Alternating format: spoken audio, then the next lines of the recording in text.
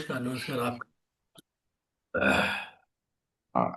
Institute of occult science एक उद्देश्य के साथ शुरू हुआ है सर, जिसमें हम अकल्ट की सारी जो भी मोडालिटीज हैं, विद्याएं हैं, सभी गुण विद्याएं, जैसे ज्योतिष हो गया, वैदिक ज्योतिष, केपी, लाल किताब,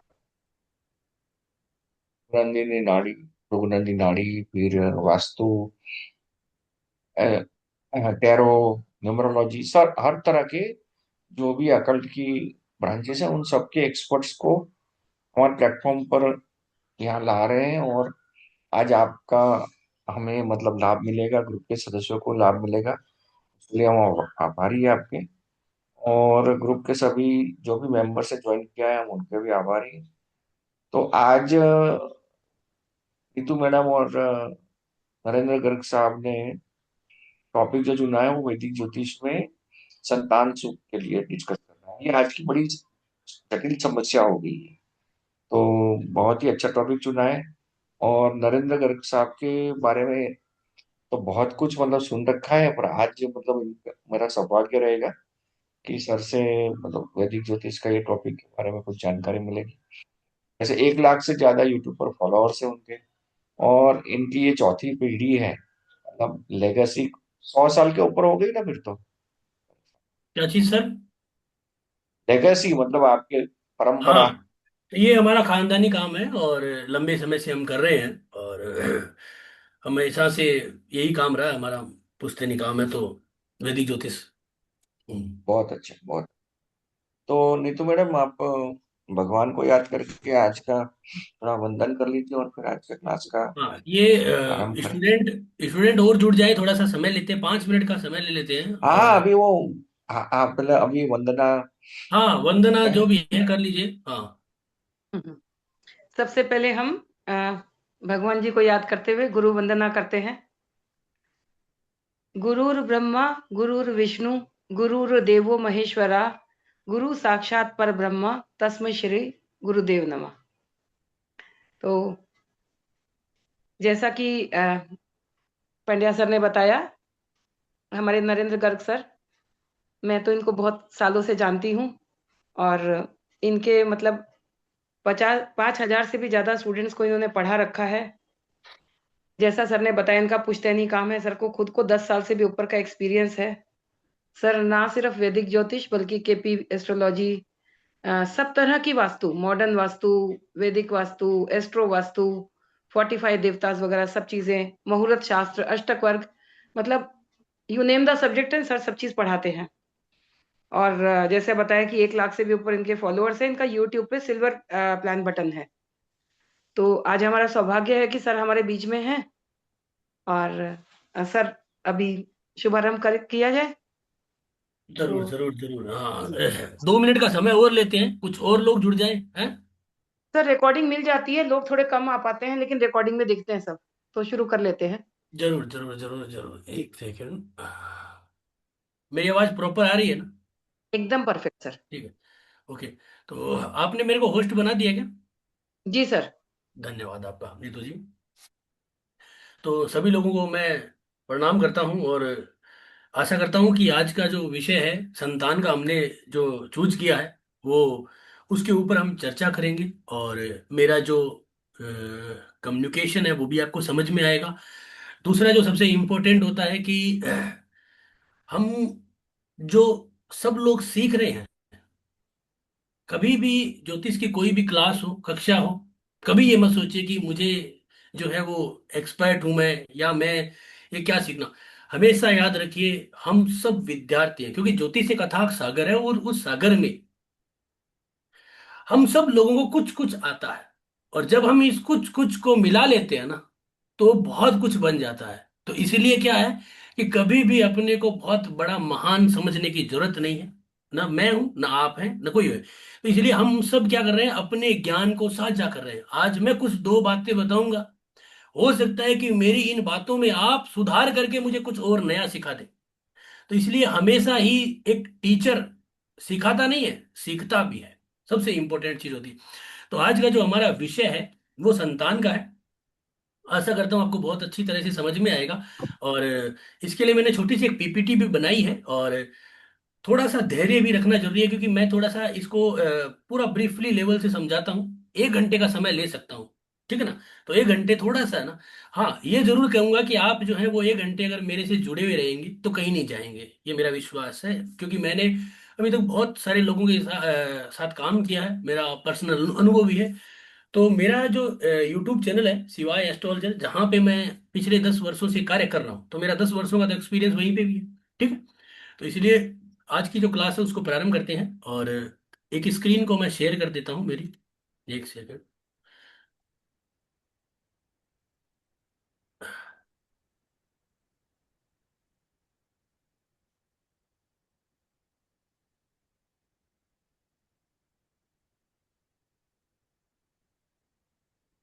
नीतू जी, मेरी स्क्रीन आ रही है क्या, जी, देखिए।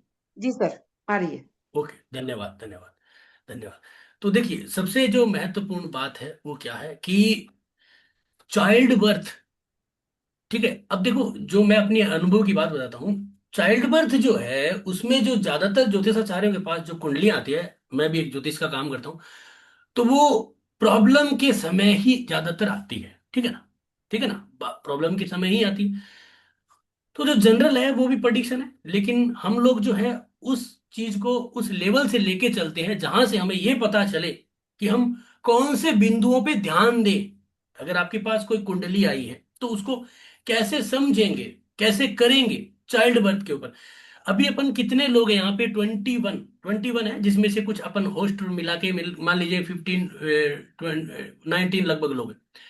मैं आपसे एक चीज पूछता हूँ, मैंने एक सेमिनार के अंदर गया था, तो बहुत सारे हमने वहां पे भी प्रेजेंटेशन दिया था, तो बहुत सारे लोग वहां पे उपाय बता रहे थे, ठीक है ना, उपाय बता रहे थे। हमने भी कुछ उपाय बताए। मैं आपसे एक प्रश्न पूछता हूँ, आप सब अनुभवी व्यक्ति हैं, कि संतान का क्या उपाय होता है या फिर योग होता है? पहले आप चैट बॉक्स में कमेंट करिए कि संतान का उपाय होता है या फिर योग होता है। इससे आपको समझ में आएगा कि हम मैं कहना क्या चाहता हूं, मुझे भी समझ में आएगा कि आप क्या सुनना चाहते हैं। कि संतान का, प्लीज आप हेजिटेट मत होइए, अगर आप कमेंट करने में हेजिटेट होंगे ना, तो इसका मतलब क्या है कि आप इस चीज को आगे नहीं सीख सकते। इसलिए प्लीज आप जो है वो कमेंट करिए, एवरीवन पे कमेंट करिए, है ना। देखिए, जैसे कि हाँ, नीतू जी ने कहा योग होता है, रोशन जी ने कहा योग होता है, रोशन नरेश ने, बाकी लोग भी कमेंट करिए। पता चलेगा कि हाँ, हम लोग कितने एक्टिव हैं और क्या जानना चाहते हैं। हमेशा याद रखिए कि एक एस्ट्रोलॉजर जो है वो दूसरे एस्ट्रोलॉजर से बात करेगा तो सीखेगा। तो अभी जैसे कि रोशन जी ने कहा, नीतू जी ने कहा योग होता है, इसका मतलब कि पहले हमें योग देखना है, उपाय नहीं करना है। अब इंटरनेट पे हजारों उपाय भरे पड़े हैं संतान के लिए, बहुत सारे लोग सेमिनार के अंदर भर भर के उपाय बताते हैं। तो क्या हमें उपाय करना चाहिए या योग? पहले हमें योग देखना चाहिए। तो इसका मतलब पहली सीढ़ी योग है, जो योग ही हमें क्या बताएगी कि संतान का सुख मिलेगा या नहीं मिलेगा, ठीक है। पहला तो एक चीज ये कि हमें योग देखना है। अब जो संतान के लिए स्पेशल क्या रिक्वायरमेंट है, रिक्वायरमेंट का मतलब आप समझ गए। भाई सीधी सी बात है, अगर जनरल नॉलेज की बात करें तो एक पुरुष और एक स्त्री, लेकिन इन दोनों का जो कैलकुलेशन है, जो पहली सीढ़ी है वो है विवाह। तो विवाह होना, अब बिना विवाह के भी संतानें होती है, लेकिन वो जनरल नहीं है, ठीक है। अपन जो जनरल बात करेंगे वो तो है कि भाई विवाह के बाद ही संतान, ठीक है, फालतू के झंझट में नहीं फंसेंगे। तो विवाह जो है उसके लिए मिलाया जाता है कुंडली मिलान। तो सबसे पहले सीढ़ी है कुंडली मिलान, यानी कि कुंडली मिलान। अब कुंडली मिलान में आप सबको पता है कि एक नाड़ी होती है जो बहुत बड़ा रोल निभाती है, यानी कि नाड़ी जो दोनों के मिलान से, मिलाप से संतान का योग बनाती है। योग, बात योग की कर रहा हूं, अभी उपाय की भी करेंगे। पहले योगों की बात, कि आपके पास अगर कोई कुंडली आती है, तो अब आपके पास कुंडली आई, बहुत सारे लोग मेरे को भी कुंडली भेजते हैं, कहते हैं गुरुजी मेरे बच्चा कब होगा। अब आप देखिए, आपको जब संतान का योग देखना है, क्योंकि आपने खुद ने कहा है कि योग देखना है, मैंने तो कहीं नहीं कहा। तो जब योग देखना है तो आपको कुंडली मिलान पहले करनी है। अब कुंडली मिलान में आपको क्या करना है कि दोनों लोगों की कुंडली देखनी है। इसका मतलब कि संतान का योग दोनों लोगों के पास है, पुरुष के पास भी और स्त्री के पास भी। अकेला पुरुष जो है वो संतान नहीं दे सकती। इसका मतलब क्या है कि अगर पुरुष के योग है तो संतान के, लेकिन स्त्री के योग नहीं है तो इसका मतलब संतान नहीं हो सकती। कई बार आप मेडिकल में जाते हो तो वो कहते हैं ना, भाई लेडीज तो प्रिपेयर है लेकिन इसके जो है शुक्राणु नील है। वो कहते हैं कि लड़का तो सही है लेकिन लेडीज के जो है फ्लोपियन ट्यूब बंद है। वो मतलब क्या, इसका मतलब क्या है कि हमें दो कुंडलियां चाहिए, दो कुंडलियां, एक पुरुष की और एक स्त्री की। तो जब हम कुंडली मिलान करते हैं तो वहां पे नाड़ी हमें पहला पॉइंट है। बहुत सारी बार नाड़ी के बिना भी काम हो जाता है, लेकिन नाड़ी इसीलिए इंपॉर्टेंट रोल निभाती है कि आपको वहां पे फाइनल करते। तभी तो नाड़ी के जो 8 बिंदु हैं वो फिक्स है। इसमें 1 2 3 ग्रह मित्र की तरह नहीं है कि भाई 2 आ गया, 3 आ गया, 5 आ गया, नहीं। नाड़ी फिक्स है। और नाड़ी को कोई कोई उपाय भी नहीं होता, ठीक है ना। कहने वाले कुछ भी कर। तो एक तो ये सबसे इंपॉर्टेंट है। इसके बाद जो बुकुट के अंदर, आपको देखा होगा आपने, बुकुट के अंदर आपका एक नव पंचम योग भी होता है। मुकुट में 3 तरह के योग होते हैं, जिसमें मैं ये मान के चल रहा हूँ आप सब लोगों की, आप सब लोग एक्सपर्ट हैं। और मुझे लगता नहीं कि ऐसा कुछ कि ये बुकुट बुकुट ये सब चीजें ज्यादा आपको आती नहीं होगी, क्योंकि मुझे लगता है आपको आती है, क्योंकि ऐसा कुछ है नहीं संतान की बात करें तो उसमें भी एक नव पंचम योग जो होता है वो मिलना चाहिए। दो चीजें हो गई, ठीक है ना। अब हमने दोनों जो पॉइंट है उसको ले लिया। अब तीसरा जो पॉइंट आता है वो क्या है, एक मांगलिक भी चीज आती है। मांगलिक बहुत सारे लोग कहेंगे विवाह के लिए नहीं, उसका एक संतान में रोल है, ठीक है ना। देखो ये चीजें कहाँ से आती है, ये हम जब पढ़ते रहते हैं तो अनुभव से आ जाती है। कुंडलियां देखते रहते हैं तो अनुभव से आती है।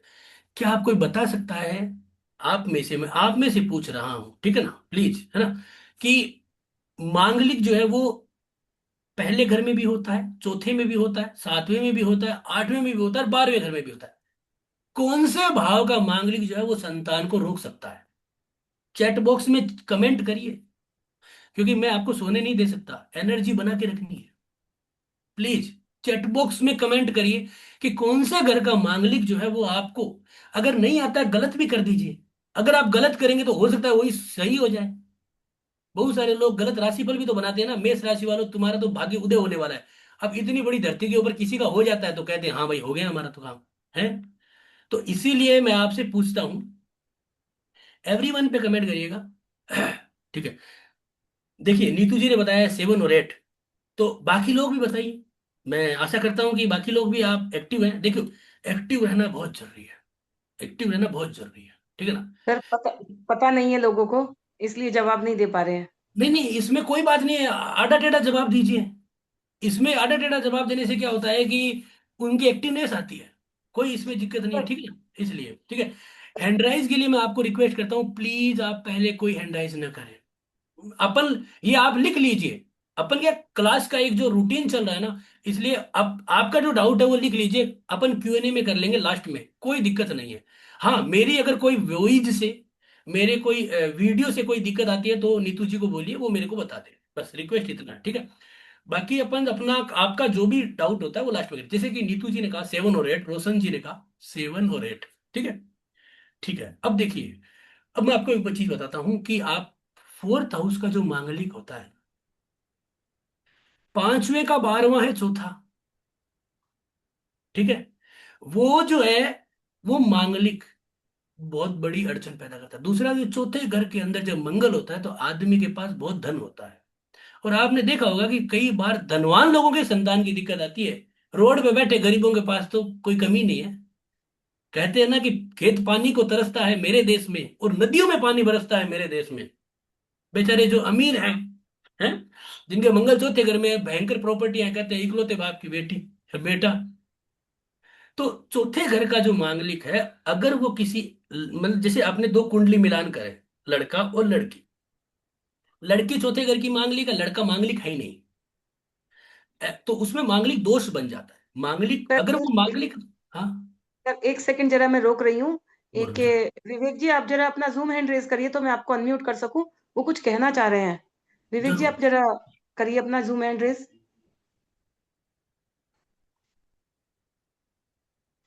विवेक जी, आप जूम हैंड रेस करेंगे तभी मैं आपको अनम्यूट कर पाऊंगी।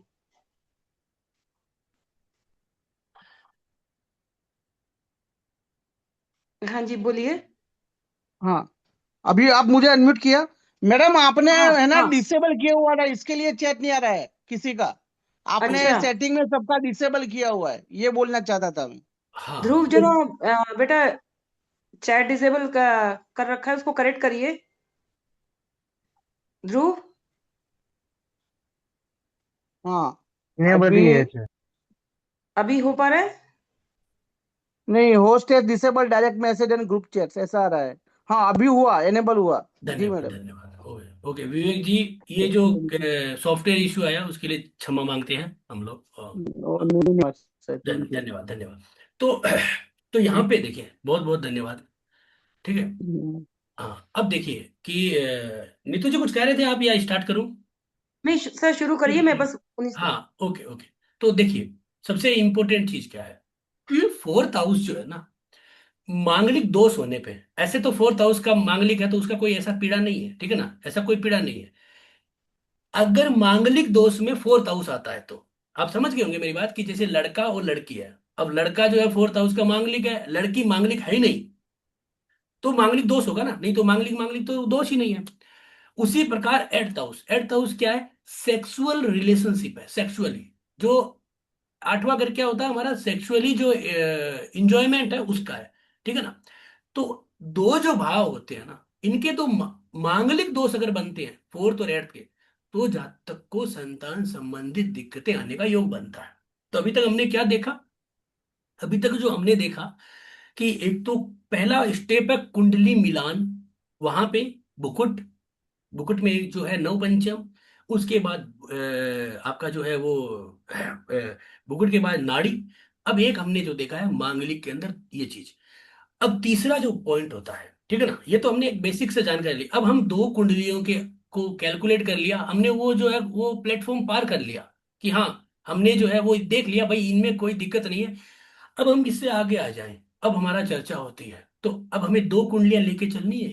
हमेशा याद रखना, लड़का और लड़की की, क्योंकि लड़की संतान तभी देगी जब लड़का उसको देगा, सीधी सी बात है। क्योंकि लड़की कंसीव करेगी और लड़का कराएगा, अब लड़का कराएगा ही नहीं तो कैसे होगा, और लड़की करेगी नहीं तो कैसे होगा। तो यानी कि इस चीज को आपको कैलकुलेट कर लेना है, ठीक है ना, कैलकुलेट कर लेना है, ठीक है। तो अब हमें जानना है कि संतान के अंदर क्या क्या चीजें और चाहिए। देखिए, सबसे पहले कि मुख्य ग्रह कौन से हैं, ठीक है ना, मुख्य ग्रह हमेशा याद रखना। बृहस्पति, बृहस्पति संतान का कारक कहा गया है, ठीक है ना। वैसे तो पंचम घर में सिंह राशि आती है तो सूर्य भी संतान का कारक है, लेकिन बृहस्पति क्यों? कमेंट बॉक्स में कमेंट करिए कि बृहस्पति को ही क्यों कहा गया है संतान का कारक।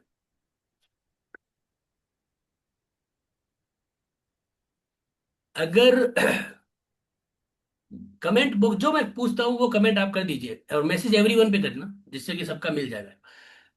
देखिए, ठीक है, कोई कमेंट नहीं कर पा रहा है तो अपन समय को वेस्ट नहीं करेंगे, ठीक है ना। देखिए, बृहस्पति जो है वो जीव कारक तो है ही है, लेकिन उसको वृद्धि कारक कहा गया। वृद्धि यानी कि एक जातक के जीवन में, ठीक है, जीव कारक है वो ठीक है, वृद्धि कारक मतलब कि जातक के जीवन में जो समय से उसको जो मिल रहा है ना वो बृहस्पति देता है। एक चीज हमेशा याद रखिए, कारक भाव का मतलब क्या होता है कि जो चीज आज आपको क्या चाहिए। एक लड़का है, मान लीजिए 19 वर्ष का, उसको अभी क्या चाहिए कि भाई उसको चाहिए कि उसका जो है वो अच्छे कोई कॉलेज में एडमिशन होके, या अगर उसकी पढ़ाई हो चुकी है तो बहुत अच्छी शिक्षण मतलब कहीं पे वर्किंग में, कहीं पे बहुत अच्छी नौकरी में जाए। एक 35 वर्ष का आदमी क्या चाहिए कि प्रमोशन। एक 25 वर्ष का लड़का या लड़की चाहिए कि अब शादी हो जाए। तो जो समय पे चीज होती है ना, वो बृहस्पति देता है। तो इसका मतलब कि अगर आप किसी की कुंडली देख रहे हैं और उसके अंदर अगर आप ये चाहते हैं कि भाई इसको संतान के बारे में जानकारी लूं या संतान देखूं, तो बृहस्पति के ही गोचर, बृहस्पति को ही, क्योंकि बृहस्पति इसलिए क्योंकि वो वृद्धि कारक है, अगर वो खराब है तो इसका मतलब इसकी वृद्धि स्लो है, इसकी बार बार टाइम टू टाइम नहीं होगी, ये हर बार 5 साल के लिए लेट है। चीज ये समझ में आ गई आपको? इसके बाद जो आपका चंद्रमा है, अब आपको, आपने कभी मुहूर्त निकाला है तो उसमें भी आपको, आपने त्रिबल शुद्धि के अंदर बृहस्पति, सूर्य और चंद्र, इन तीनों के बल निकाले होंगे। त्रिबल शुद्धि में इन तीनों के बल निकालते हैं। अब आजकल क्या है ना, कि जो मुहूर्त निकलते हैं ना, वो क्या, वो कैसे निकलते हैं? वेन्यू इस दिन सस्ता मिल रहा है, निकाल दो मुहूर्त। पहले ये नहीं था, पहले वेन्यू घर ही होता था, तो अच्छा मुहूर्त निकाल देते, विवाह बहुत लंबे चलते थे। आजकल क्या है, अरे यार वो होटल इस तारीख को सस्ती है, चलो वही दिन, पंडित जी कर दो कुछ, पंडित जी त्रिबल शुद्धि मिला देते हैं। तो त्रिबल शुद्धि इन तीन ग्रहों से ही हुई है, आपको सबको पता है, बृहस्पति, चंद्र और सूर्य। तो चंद्रमा मातृत्व का कारक है, सूर्य पितृत्व का कारक है, और बृहस्पति जो है वो संतान का कारक है। तो इन तीनों के मिलान से ये नींव मुहूर्त वाले दिन से ही रखी जाती है, विवाह के दिन से ही गोद भराई कर दी जाती है। आपको पता होना चाहिए, आप सबके विवाह हुए होंगे, बच्चों के भी होंगे, कि विवाह के दिन ही गोद भराई होती है, तो वो उसी दिन हो जाता है ये सारा काम। तो एक तो यहाँ पे ही काम हो जाता है। तो ये तीनों का आपको नॉलेज होना बहुत जरूरी है। ये हो गया। अब इसके बाद नेक्स्ट स्टेप क्या होता है? नेक्स्ट स्टेप देखो, संतान के बारे में जो मैं बता रहा हूं, आप थोड़ा सा डीप इसको सीखेंगे, बहुत फायदा। फ्री में जो मिल रहा है उसको तो छोड़ना ही नहीं चाहिए, है ना? मैं तो यही मानता हूं। अब जब हमने ग्रहों को देख लिया, अब हमारे पास आ जाते हैं भाव, क्योंकि भाव भी तो है ना? अब संतान में सबसे जो प्राइम भाव है, प्राइम यानी कि जो सबसे इंपॉर्टेंट भाव है, वो है फिफ्थ हाउस, पांचवा घर। मुख्य संतान का है, सभी संतानों का है, प्रथम संतान का है। तो जो फिफ्थ हाउस है, वो आपको संतान के बारे में बताता है, ठीक है ना, कि संतान होनी या नहीं। अब फिफ्थ हाउस में अगर कोई दोष होता है, कोई तकलीफ होती है, तो वो पीड़ा हमें आती है, उसका अपन निवारण करते हैं, ठीक है। इसको पर अभी क्या करते हैं, अभी अभी के लिए एक बार इसे वो साइड में रख देते हैं, क्योंकि पहले आप जब पूरा सीखेंगे तो आपको आ जाएगा। मैं आपको कुछ कैलकुलेट करके भी बताऊंगा। धैर्य रखना बहुत जरूरी है, ठीक है ना, क्योंकि जब धैर्य होगा तभी सीखेंगे। ज्योतिष एक ऐसा विषय है जो धैर्य रखने से सीखा जाता है, अपने को शून्य समझ के सीखा जाता है। जिस दिन आप जहां पे बैठते हो, अपने को ये मान के सीखो। मैं भी यही करता हूँ, अगर मैं आपकी तरह होता, आपकी जगह होता, तो मैं अपने आपको जीरो मान के कि नहीं, ये आज मेरे गुरु हैं और इनसे ही सीखना है। तो जब हम अपने को शून्य मान के सीखते हैं तभी आगे बढ़ जाते हैं, ठीक है ना। इसलिए तो फिफ्थ हाउस जो है वो संतान का मुख्य भाव है, ठीक है, हो गया हमारा काम। अब जो मेन चीज क्या है, कि नाइन्थ हाउस वो क्या है, भाग्य। आप किसी डॉक्टर के पास जाते हो, मान लीजिए संतान की दिक्कत आ रही है, डॉक्टर के पास, डॉक्टर कहता है कोई बात नहीं, ये दवाई लो, हो जाएगा 1 साल में। इसका मतलब क्या है? 1 साल में हो जाएगा, इसका मतलब उसने भाग्य देखा है, उसको पता है कि हाँ ये दवाई काम करेगी, 1 साल बाद रिजल्ट आएगा। इसका मतलब उसने भाग्य देखा है, वो जानता है। और भाग्य मतलब कि हमारा नवा घर, इसका मतलब, और मत, और जो लोग आशीर्वाद देते हैं वो भी ये कहते हैं, दूधो नाओ पूतो फलो। हाँ हो जाएगा, कोई बात नहीं, 1 साल में हो जाएगा, भगवान करे आपका 1 साल में हो जाए, 2 साल में हो जाए। तो इसका मतलब क्या है, कि भाग्य, तो भाग्य कौन देता है? Ninth house. तो अगर नहीं हो रहा है संतान, संतान में दिक्कत आ रही है, तो हमें ग्रहों को चेक तो करना ही है, प्लस इन भावों को चेक करना है। नाइन्थ हाउस में दोष संतान में डिले करता है। नाइन्थ हाउस में दोष क्या करता है आपको? पितरों के द्वारा कोई दोष बन जाता ना, कि पितृ दोष बन गया ये, क्योंकि वो पिता पुत्र ये सब का दोष हमें संतान को रोक लेता है, हमारी जो है संतान की जो संतति है उसको कमजोर कर देता है। तो सबसे इंपॉर्टेंट होता है ये, कि संतान के भाव में पांचवा और नवा। क्योंकि फिर हम ये भी पूछने लग जाते हैं ना, जैसे मान लीजिए कोई दंपति है, उसको 5 साल हो गया, फिर वो ये पूछने लग जाता है कि संतान कब होगा, नहीं कि हमारे भाग्य में संतान है क्या। जब इस प्रश्न का, इस ये जब ये प्रश्न बन गया कि हमारे भाग्य में संतान है क्या, तो जब भाग्य शब्द आ गया, तो नाइन्थ हाउस आ गया इसमें। तो इसका मतलब क्या है, कि हम उस नाइन्थ हाउस के अंदर देख सकते हैं पहले ही, अगर वो दंपति 2 साल के अंदर हमारे पास आ गया। मेरे पास, मेरे बहुत सारे लोगों के संतान का योग बनाया है, ठीक है ना।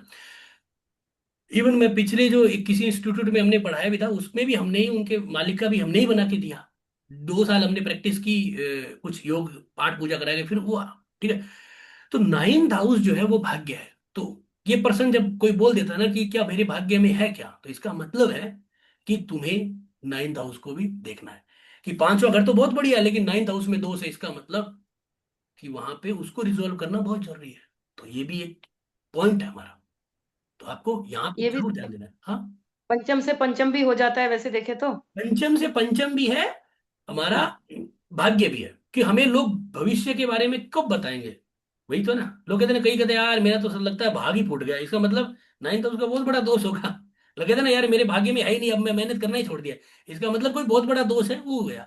तो नाइन्थ हाउस यहाँ पे एक इंपॉर्टेंट रोल निभाता है। इतने दिन आप मान लीजिए आपको नॉलेज हो या नहीं हो, मैं माफी चाहूंगा, मेरी बात को कोई नेगेटिव मत समझना।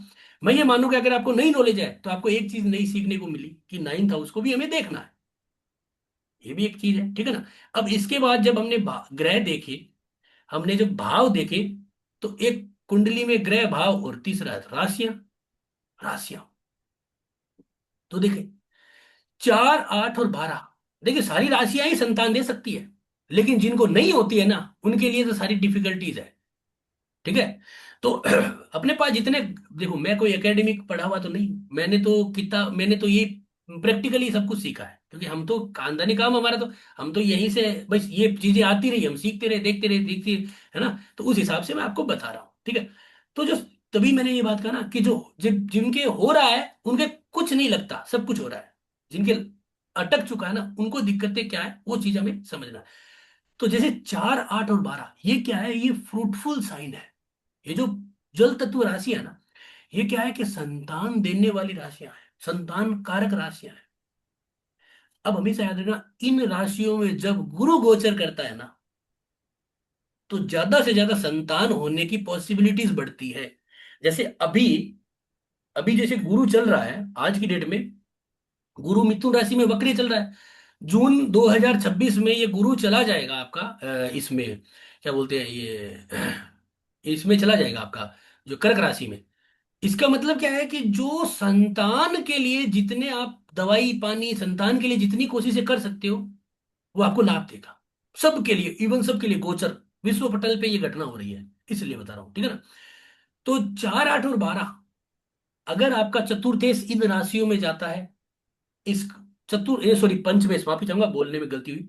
पंचमेश अगर 4, 8, 12 राशियों में जाता है, पंचमेश अगर, और उसका नक्षत्र अगर 4, 8, 12 राशियों में जाता है, तो आपके संतान के योग बनने जबरदस्त है। यानी कि आपको आज नहीं तो कल, हो सकता है आज कोई दोष या योग कुछ किसी कारण आपको रुका हुआ है, लेकिन बाद में आपको जरूर बनेगा। ये इंपॉर्टेंट पॉइंट है। इसके बाद 1, 3, 5 और 6, यानी कि मेष, मिथुन, सिंह और कन्या, ये है बांझ राशियां, यानी कि बैरन साइन, जो आपके संतान उत्पत्ति को रोकती है। अगर आपका पंचमेश बांझ राशियों में है, उसका नक्षत्र भी बांझ राशियों में है, तो आपको संतान संबंधित पीड़ाएं आ सकती है, ठीक है ना। ये आप देख सकते हैं, जैसे कि मैं जैसे माना हूं कि ये जो आपका पंचम घर है ना, पंचम घर है, ये यहाँ पे 7 नंबर लिखा है, इसका मालिक है आपका कौन है, शुक्र। शुक्र जो है यहाँ पे वृश्चिक राशि में बैठा है। इसका मतलब क्या है, 8 नंबर वृश्चिक राशि क्या है, एक तरह से फ्रूटफुल साइन है। तो ये संतान देने वाली राशि है। अब जो शुक्र है वो यहाँ पे देखेंगे 13 डिग्री का अनुराधा नक्षत्र में है, इसका मतलब शनि का नक्षत्र है। शनि महाराज यहाँ पे बैठा है आपके मीन राशि में, ये भी एक फ्रूटफुल साइन। इसका मतलब कि संतान का योग बनेगा। इसका मतलब हम ज्योतिषाचार्य होने के नाते एक स्वस्थ हो जाते हैं कि नहीं यार संतान का योग तो है। हाँ देर सवेर हो सकता है लेकिन होगा जरूर, क्योंकि यहाँ पे हमें एक प्लस पॉइंट मिला है, ठीक है ना। यहाँ पे हमें एक प्लस पॉइंट मिला है, तो ये आपको स्वस्थ करता है। तो संतान की राशियां आपने देखी, संतान की बांझ राशियां देखी। अगर मान लीजिए यही पे क्या होता, यहीं पे अगर मान लीजिए कि जैसे यहाँ पे कोई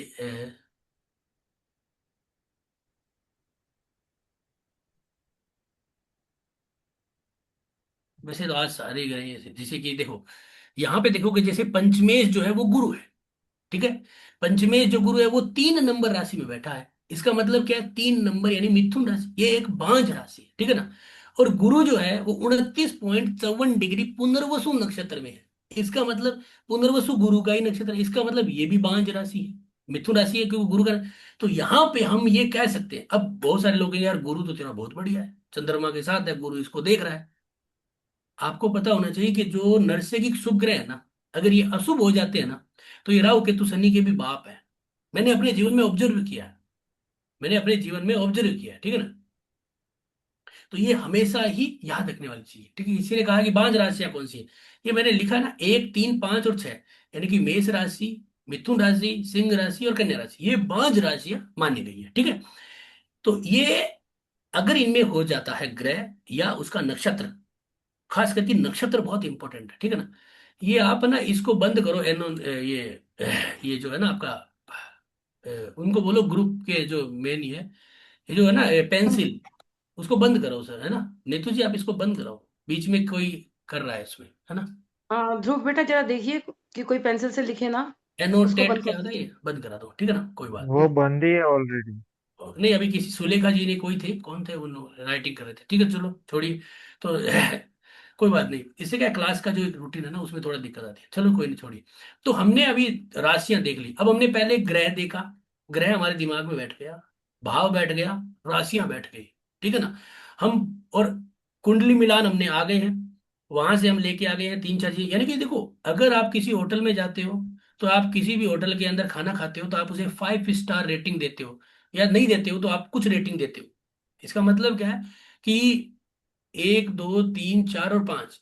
तो आपने, आपको भी अगर कोई कैलकुलेशन करना है तो उसमें 5 स्टार बना लो, कि भाई मुझे बुकुट सही लिख गया, मुझे कुंडली मिलान हो गई, मुझे जो है ग्रह अच्छे मिल गए, मुझे यहाँ पे ये नहीं मिला या ये नहीं। जब आप ये बना लोगे ना, आपको रिजल्ट आ जाएगा। ये भी एक टिप्स है, ऐसा कुछ बनाना नहीं है लेकिन ये टिप्स होता है, ठीक है ना। इसके बाद होती है दृष्टियां, ठीक है ना, दृष्टियां। क्योंकि आप, टिप्स से ही काम होता है, ज्योतिष में खेल है टिप्स का, ठीक है ना। दृष्टियां, बृहस्पति की दृष्टि हमेशा संतान कारक होती है, क्योंकि बृहस्पति क्या है, जीव कारक भी है, प्लस क्या है, वृद्धि कारक। तो बृहस्पति की दृष्टि हमेशा ही लाभ कारक होती है। अगर हमारे पंचम भाव के ऊपर, पंचमेश के ऊपर, या पंचम भाव के नक्षत्र स्वामी के ऊपर भी, क्योंकि नक्षत्र स्वामी बहुत इंपॉर्टेंट होता है। जैसे कि अगर एक सरल शब्दों में कहूं, तो ये मेरा जो शरीर है, वो अगर कोई ग्रह है, तो इसका नक्षत्र अपना हार्ट है, तो नक्षत्र स्वामी इतना स्ट्रांग, ठीक है ना।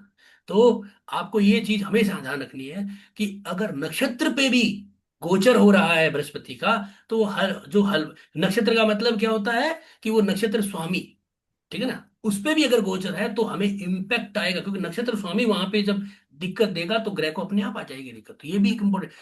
दूसरा है कि शनि राहु केतु बाधाएं देते, देखिए ये कई बार ना संतान प्राप्ति भी करवाते हैं शनि राहु केतु, लेकिन ये बाधाएं ज्यादा उत्पन्न करते हैं, ठीक है ना। इनका कैसा है सिस्टम, अपन अभी सीखेंगे, ठीक है ना।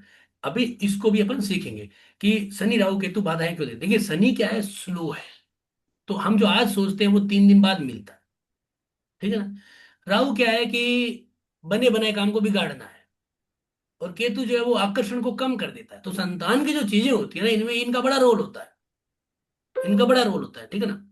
तो इसलिए इनको जानना बहुत जरूरी है, ठीक है ना। अभी दृष्टियों में हमने ये देखा कि राहु केतु की दृष्टियां बाधाएं उत्पन्न करती है, शनि बृहस्पति की दृष्टि लाभ देती है। जैसे कि बृहस्पति की अगर दृष्टि आ रही है तो आप कह दो कि काम जल्दी होगा, यानी कि संतान समय पे है। राहु केतु शनि की दृष्टि है तो आप 3 साल, मेरे अनुभव से 3 साल उसमें जोड़ दो कि संतान 3 साल में डिले हो सकता है। अब मैंने कहूंगा कि सारी कुंडलियों पे हो, लेकिन मोस्टली जिनकी दिक्कत आ रही है ना, उन कुंडलियों पे आपको ये कैलकुलेशन मिलेगा, ठीक है ना। ये चीज होगा। इसके बाद जो सबसे इंपॉर्टेंट होता है वो है फिफ्थ हाउस का एनालिसिस, कि 5वें घर को हम कैसे एनालिसिस करें। सबसे बड़ा खेल यही पे है कि 5वें घर को हम एनालिसिस कैसे करें, क्या इसके इंपॉर्टेंट रोल है, ठीक है ना, क्या इसके इंपॉर्टेंट रोल है, ठीक है। एक कुंडली डालता हूं मैं, है ना, फिर उसके बाद इसी को कैलकुलेट करते हैं, ठीक है ना। वैसे तो मेरे पास बहुत सारी कुंडलियां हैं, एक छोटी सी कुंडली डालता हूँ, मेरे पास आज ही आई थी, मैंने आज ही संतान के लिए ही आई थी मेरे पास, एक सेकेंड, एक सेकेंड, हाँ।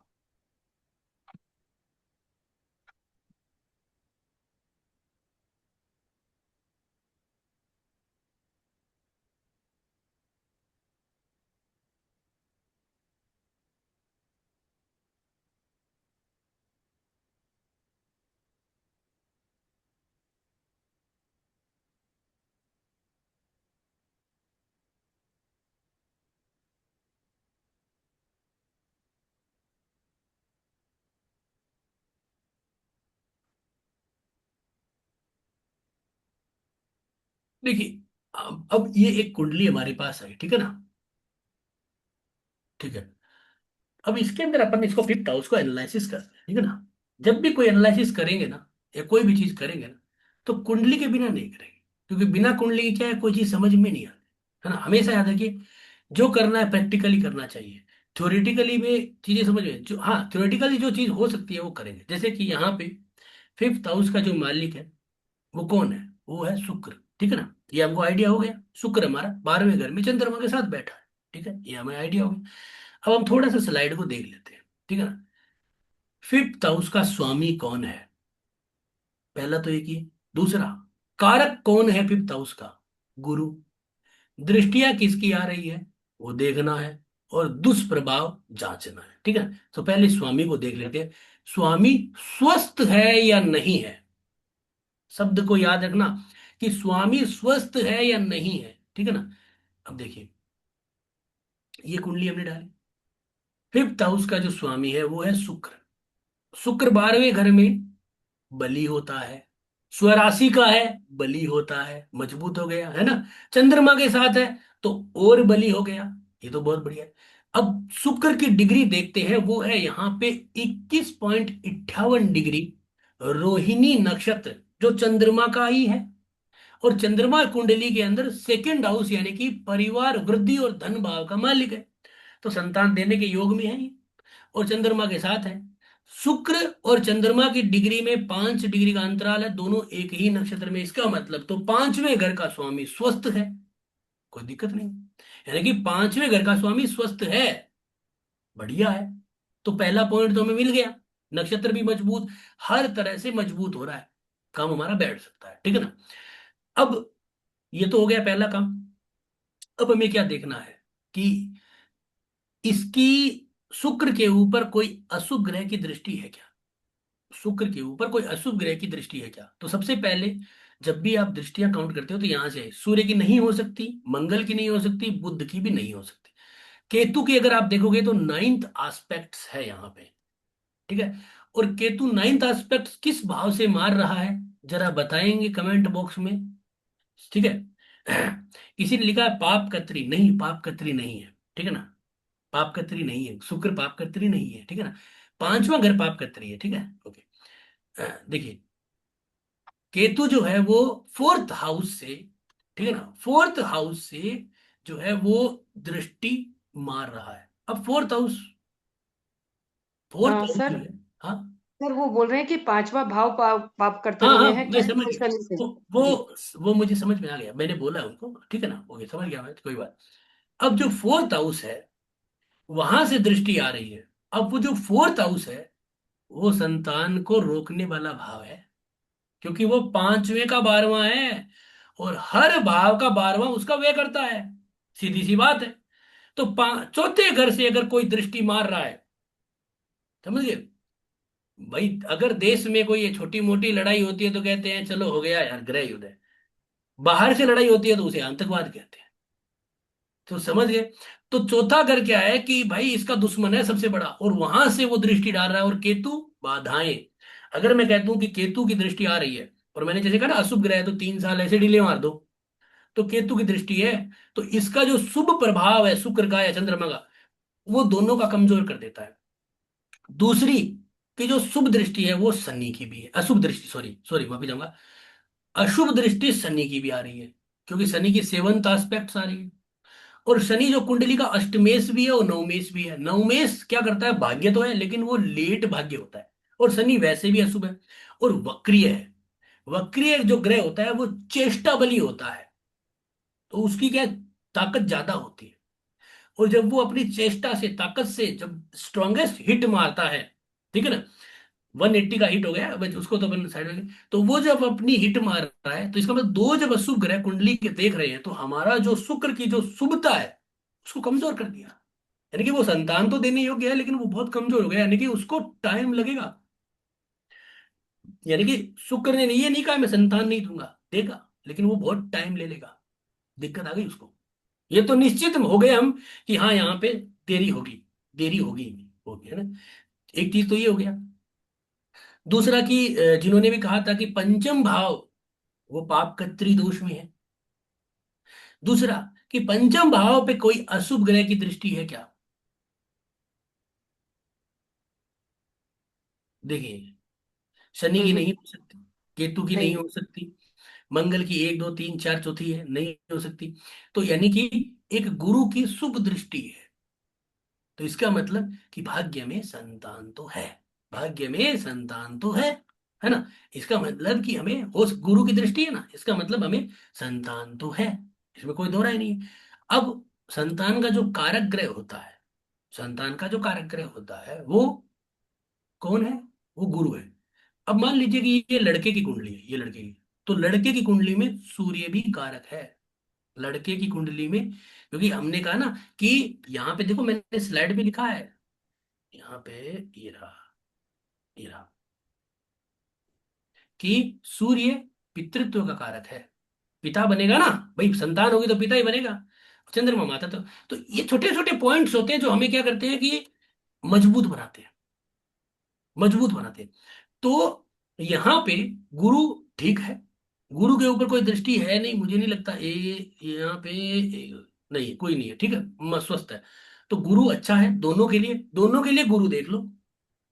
अब ये लड़के की कुंडली है तो यहाँ पे सूर्य, सूर्य के ऊपर किसी की दृष्टि है क्या? मुझे तो नहीं लगता।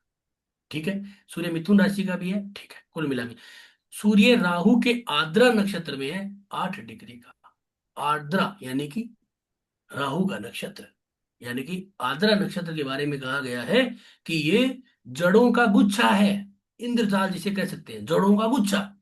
और राहु जो है वो यहाँ पे बैठा है, ठीक है, मीन राशि में, जो 12 नंबर फ्रूटफुल साइन है, संतान देने वाली राशि है, तो यानी कि संतान तो दे रहा है। लेकिन जो 10वां भाव होता है ना, वो क्या होता है, संतान का जब कैलकुलेशन करते हैं तो 10वां जो भाव है वो क्या है, प्राप्ति का 12वां है। इसका मतलब थोड़ा सा डिले करेगा, लेकिन है, संतान का योग तो है, इसमें कोई दोहराय नहीं है कि संतान योग। तो हमें यहाँ पे अभी तक जो समझ में आ रहा है वो है कि डिले पे ही बात जा रही है, डिले पे ही बात जा रही है, ठीक है ना, अभी तक तो डिले पे ही जा रही है, अभी एकदम करेक्टली नहीं रहा। हाँ, पाप कत्री दोष है तो इसका उपाय कर सकते हैं, ठीक है ना, लेकिन अभी तक डिले पे ही जा रही है, कटा तो बिल्कुल ही नहीं है, क्योंकि शुक्र चंद्रमा मजबूत है, और वो इतने मजबूत है कि रिजल्ट देंगे, गुरु की दृष्टि भी है, तो 3 तो प्लस पॉइंट है ना हमारे, सूर्य भी तो बली है, वो भी प्लस पॉइंट है, 4 प्लस पॉइंट है हमारे पास, तो 4 माइनस पॉइंट है। तो अभी तक हम अटके हुए हैं कि हाँ हमें रिजल्ट मिल सकता है, ठीक है ना। दृष्टि देख ली, अब दुष्प्रभाव जान लिया हमने कि भाई ये दुष्प्रभाव आ रहा है, जैसे कि कोई दोष बन जाए, वो है क्या, कोई पितृ दोष है क्या, नहीं है, कोई श्रापित दोष है क्या, नहीं है ना, कोई ग्रहण है क्या, नहीं है, अंगारक है क्या, नहीं है। यहाँ पे हमें पाप कर्तरी दोष मिल रहा है, जो पाप कर्तरी दोष क्या कर रहा है, हमें संतान के सुखों में कुछ ना कुछ कमी कर रहा है, ठीक है ना। ठीक है, तो अपन शनि केतु के अगर हम दोनों के मंत्र बीज या शांतियां या उपाय कराएं तो कुछ लाभ हमें हो सकता है, ठीक है ना, हो सकता है, ठीक है। ये तो एक पॉइंट हमने यहाँ पे कर लिया, ठीक है ना। तो यहां से हमने क्या किया, फिफ्थ हाउस का एनालिसिस। तो आपके पास जब भी कोई कुंडली आती है, इसको इस तरह से फिफ्थ हाउस का जब आप एनालिसिस करते हो, आपको सारे ही पॉइंट अगर नेगेटिव नजर आते हैं, तो फिर आप कहेंगे कि हाँ बहुत बड़ी दिक्कत है, ठीक है। जैसे कि अब इसकी पत्नी की कुंडली में डालता हूँ, एक सेकंड,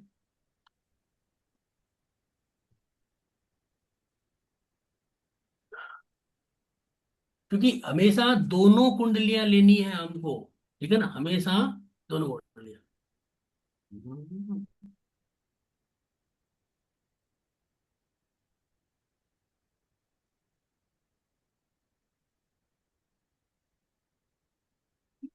नीतू जी समझ में तो आ रहा है ना सबको? बिल्कुल अच्छे से सर। और जिसको वैदिक ज्योतिष पता है वो तो समझेंगे, और जिसको नहीं है, आगे हम कोर्स लेके आएंगे तो उसमें पूरी चीजें आएंगी, बेसिक से आएगा।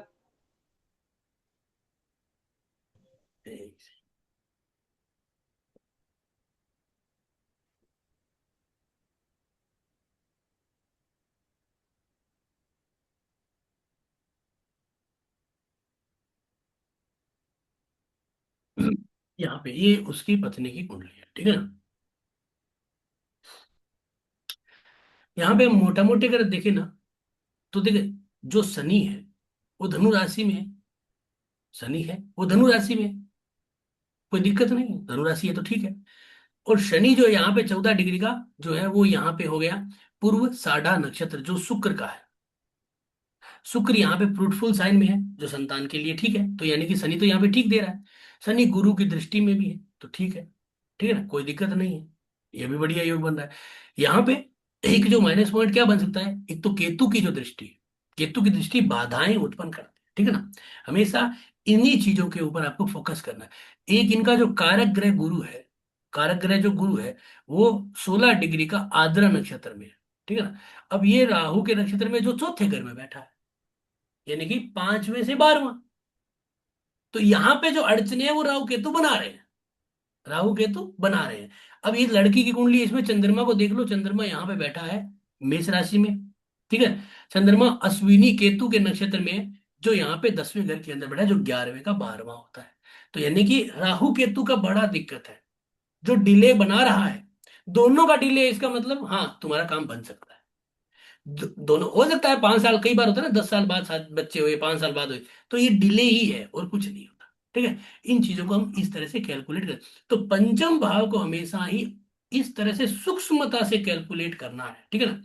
बेसिक्स को हमेशा ध्यान में रखना है, बहुत ज्यादा एडवांस नहीं जाना है, इसमें गोचर भी लगाना है, कब होगा, डिले है तो कब हो सकता है, कहाँ जाएं, ये गोचर में आ जाता है, ठीक है ना। लेकिन आपको फिफ्थ हाउस को कैलकुलेट जरूर करना है, ठीक है ना, कैलकुलेट। अब देखो फिफ्थ हाउस को जांचने का थोड़ा सा एडवांस है, एक कदम आगे बढ़ा देता हूं मैं, ठीक है ना। क्योंकि मान लीजिए कि आप भविष्य में कहीं पे भी जाते हो, या अपने खुद एनालिसिस करते हो किताबों की द्वारा भी, तो आपको मैं एक पॉइंट देता हूं जिससे आप और ज्यादा उसको आइडिया लगा सकते हो, ठीक है। इसमें एक नवमांस चार्ट, D9 चार्ट में संतान योग की पुष्टि, यानी कि जो आपका पंचम भाव है या पंचम भाव में बैठा हुआ ग्रह है, वो अगर नवमांस में मजबूत होता है, क्योंकि नवमांस क्या है, आप मान लीजिए कि आपके पास सिर्फ पत्नी की कुंडली है, पति की है ही नहीं, तो पति की कुंडली, भाई अगर लगन, अगर कोई पत्नी की कुंडली नहीं है, मान लीजिए कहीं पत्नी की कुंडली नहीं है, तो जो पत्नी की कुंडली होगी वो 9 मास है, पति की कुंडली नहीं है तो वो 9 मास है, सीधी सी बात है ना। तो 9 मास जो है, और प्लस क्या है, ग्रह जो है, जन्म वैदिक ज्योतिष में एक ग्रह को नौ, यानी कि एक राशि को 9 नवमांसों में बांटा गया है। 3 डिग्री और 20 मिनट का एक नवमांस होता है, एक राशि को सूक्ष्मता से नोन, है ना। जैसे कई बार आप देखा होगा ना कि कोई लोग क्या करते हैं, अपनी कुंडली का पिक्चर भेज देते हैं, गुरु जी देखिए मेरा चंद्रमा क्या अच्छा है बुरा है। अब उनको ये नहीं पता कि वैदिक ज्योतिष है, मजाक नहीं है, वो ये नहीं करते, या ये देखते नहीं, वो कहते हाँ 7वें घर पे चंद्रमा बहुत बढ़िया है।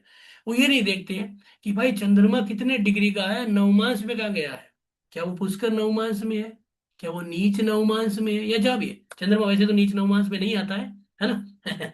ठीक है, तो जो भी है, तो आपको ये जानकारी बहुत जरूरी है। तो यहाँ पे जैसे कि हम पंचमेर जो शनि है, इसको जाके देखेंगे, और नवमांश कुंडली में वो सूर्य की सिंह राशि में है, और जो धनु धनु राशि है, यानी कि अग्नि तत्व ग्रह, अग्नि तत्व ग्रह है, और वो अग्नि तत्व ही राशि में चला गया है, तो तत्व वर्गोत्तम है वो। दूसरा कि जो शनि है वो सूर्य के नवमांश में गया है, और सूर्य जो है वो कुंडली में 12वें घर में, इसका मतलब थोड़ा सा डिले है, 12वां घर डिले करता है, और 12वां घर हॉस्पिटलाइजेशन भी है। तो जो शनि का नवमांश पति सूर्य है वो 12वें घर में है, और शनि कुछ छठे घर में, इसका मतलब तुम्हें थोड़ी सी मेडिकल हेल्प ले लीजिए, आप ज्योतिषीय उपाय के साथ थोड़ी सी मेडिकल हेल्प ले लीजिए, काम बन जाएगा। अगर आप ये वक्तव्य उनको कह देते हो, तो उनके काम बनने के आसार ज्यादा हो जाते हैं। प्लस आप नवमास में जाओगे तो पंचम घर में, या क्योंकि नवमास का पंचम, इसका मतलब ये, अगर ये कुंडली पत्नी की है तो ये पति है। अब पति की कुंडली के अंदर 5वें घर में मंगल नीच का हो गया, मतलब एक एक आइडिया से, तो यानी कि संतान का दोष तो दिख रहा है, मंगल नीच है, तो मंगल नीच है तो मंगल का उपाय करना पड़ेगा। तो यहां पे हमें ये चीज झट से पता चल जाती है। प्लस ये जो लग्न है, उसमें भी गुरु और केतु का दोष है, तो नवमांश को आपको थोड़ा सा जो है, थोड़ा सा, मतलब अभी तो मैं ज्यादा नहीं कर पाऊंगा, क्योंकि भाई बहुत सारे लोग जुड़े हुए हैं जो, जिनको बेसिक का भी नॉलेज होता है, कई बार नहीं भी आता है ना, उसके लिए मैं क्षमा चाहूंगा। लेकिन आपको एक चीज कहूंगा, संतान की बात कर रहे हैं, कि पंचम भाव का मालिक जो शनि है, उसको नवमांश में देख लो, वो कहाँ पे है, यानी कि आपका जो ये गुरु है, यानी राशि का स्वामी गुरु स्वराशि का है, फ्रूटफुल साइन में है, बढ़िया है। लेकिन केतु के साथ गुरु चंडाल दोष में है, पीड़ा देगा, पीड़ा देगा, पछतावा देगा कि यार पहले हमने ट्राई नहीं किया, पहले हम जो है ये करते रहे कि पहले मैं 3 साल सेटल हो जाऊं, 3 साल के बाद करेंगे, वो 3 साल वो है, वो फिर डॉक्टरों के पीछे चक्कर काटते रह गए हैं। तो ये जो सेटिंग आती है ना ये दिमाग में, ये जो पछतावा होता है ना, ये नवमांस के लगन में जब दोष होता है ना, तब हमें ये पछतावा होता है। कोई कहता है ना कि यार पहले हम लोग ने प्लानिंग नहीं करी, पहले हम लोग ये सोचते रहे कि यार अच्छी नौकरी हो जाए, सेटल हो जाए, फ्लैट ले ले, उसके बाद संतान करेंगे। और फिर वो क्या होता है कि वो फिर वो प्लानिंग ही रह जाती है, फिर वो डॉक्टर, टेस्ट ट्यूब बेबी, इन पे आ जाते हैं। तो वो प्लानिंग का दोष कब, हम अपने आप को पछतावा कब होता है, जब नवमास का लगन में दोष होता है। नव ये चीज आप गांठ बांध लेना कि नवमास के लगन में जब दोष होगा, तो हमें अपने जीवन में बस संतान हो गई तो ठीक है, नहीं हुई तो ये पछतावा रहेगा कि यार हमने पहले गलती कर दी, पहले हम कर लेते तो हो जाता। ये गलती यहाँ पे होती है, ठीक है ना। ये चीज हमेशा याद रखने वाला, ठीक है, ओके। अब और पंचम घर को भी देखना है, ठीक है। तो नवमांश में हमें क्या देखना है कि जो हमारा पंचमेश है उसकी ताकत को देखना है। D9 में संतान योग की पुष्टि, सीधी सी सरल है। इसको बहुत ब्रीफली कर सकते हैं अपन, बहुत ब्रीफली कर सकते हैं, ठीक है। लेकिन समय की बचत भी करना है। आप भी मेरे से बोर हो जाएंगे कि यार कितना बोलता है ये आदमी। और दूसरा क्या होता है ना कि ये भी हो जाता है कि यार क्या करेंगे, एक ही दिन में सारा सीख के, है ना। तो ये भी एक चीज होती है, ठीक है, चलो कोई नहीं, माफी चाहूंगा। अब देखिए इसके बाद एक जो मेन चार्ट होता है ना वो हमारी संतान का, वो है सप्तमांश, ठीक है ना, सप्तमांश, D7, सप्तमांश, ठीक है ना। ये क्या करता है, संतान का विशेष चार्ट है। और संतान, और इसमें लग्नेश जो होता है ना वो बड़ा इंपॉर्टेंट होता है। जैसे मैंने एक कुंडली खोली, यहाँ पे D7, ठीक है, D7, D7 का जो लग्नेश है ना बड़ा इंपॉर्टेंट है। यहाँ पे अगर फ्रूटफुल साइन आ गया ना, इसका मतलब एक प्लस पॉइंट यहाँ पे पहले पॉइंट पे आ गया। 11 नंबर है, फिर भी वो भी सही है। इसका जो स्वामी है वो सेकंड हाउस में, ये भी सही है, ये भी सही है। पंचम घर का मालिक बुध है, और बुध जो है वो चौथे घर में, ये माइनस पॉइंट है। अगर ये बुध सही होता तो ठीक था, कोई बात नहीं। देखो अगर है ना लगन कुंडली में दिक्कत है ना, तो आप फिर उसके पीछे वर्ग कुंडलियों में जाते जाइए, जाते जाइए, जाते जाइए, आपको हर जगह दिक्कत मिलेगी, ये निश्चित मान लीजिए। क्योंकि लाइन जो खींची गई है ना वो ऊपर, वो नीचे तक आएगी आएगी, सीधी सी बात है। भगवान ने अगर आपको वहां से चांटा मारा है ना, क्योंकि वो तो ऑनलाइन है, वहां से पढ़ा है ना, तो वो नीचे तक आके मिलेगा, सीधी सी बात है। तो यहाँ पे बुद्ध का चौथे घर में जाना, यहाँ का सप्तमांश का पंचमेश, क्योंकि सप्तमांश का जो पंचमेश है वो आपके अंदर की वृद्धि को दिखा रहा है। तो यहाँ पे माइनस पॉइंट हो गया, एक तो मिला ना। दूसरा कि जो शनि था वो तो बढ़िया था, वो तो बढ़िया था, लेकिन जो संतान का कारक ग्रह है वो सूर्य के साथ 8वें घर में है। वो कहता है कि 8वां घर क्या होता है, मेडिकल ट्रीटमेंट, बड़ा मेडिकल ट्रीटमेंट है, खर्चे वाला मेडिकल ट्रीटमेंट। तो ये चीज है, यही चीज को आपको पकड़ना है हमेशा कि हाँ, हम किसको क्या राय दें कि हाँ तुम्हें नारियल बांधने से बच्चा हो जाएगा, या नेचुरल हो जाएगा, या दवाइयां लेने से होगा, या कोई अच्छा मेडिकल ट्रीटमेंट कराने से ही होगा। तो इस केस में हम क्या कहेंगे कि तुम्हें अच्छा मेडिकल ट्रीटमेंट कराने से होगा, तुम्हारा जो डिले है वो हो गया। भाई जैसे कि 89 का था इनका, और आज की डेट में 35 36 साल लगभग हो गया, 36 38 36 37 साल हो गया अब, है ना। तो यानी कि अब लेट ही हो रहा है, अब कब होगा फिर, है ना। तो अब तुम्हें मेडिकल ट्रीटमेंट में, वो भी अच्छे वाले मेडिकल ट्रीटमेंट में चले जाना चाहिए। फालतू के अंदर जगह जगह जाके अपना शरीर और अपना नाश करने का फायदा नहीं, सीधी सी बात होती है। भाई देखो जो आदमी को आता है वो बोल देना चाहिए, जो हो जो देखा जाएगा, ठीक है ना, बस। तो इससे क्या होता है, जल्दी से जल्दी आदमी को समझ में आ जाता है कि हाँ हमें करना क्या है, ठीक है ना।